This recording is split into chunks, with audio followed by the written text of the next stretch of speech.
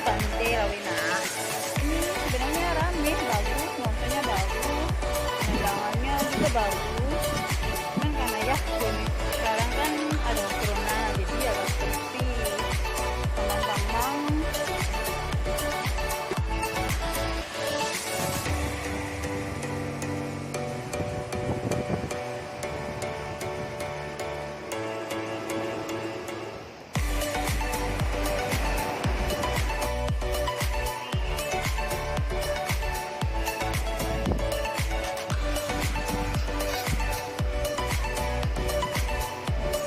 di Pantai Rawina masih main TikTok, masih menikmati suasana di sini,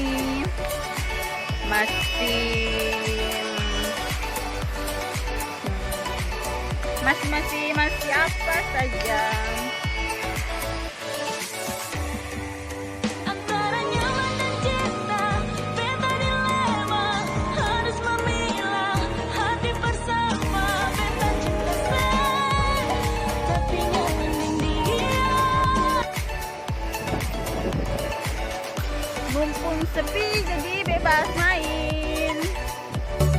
Dan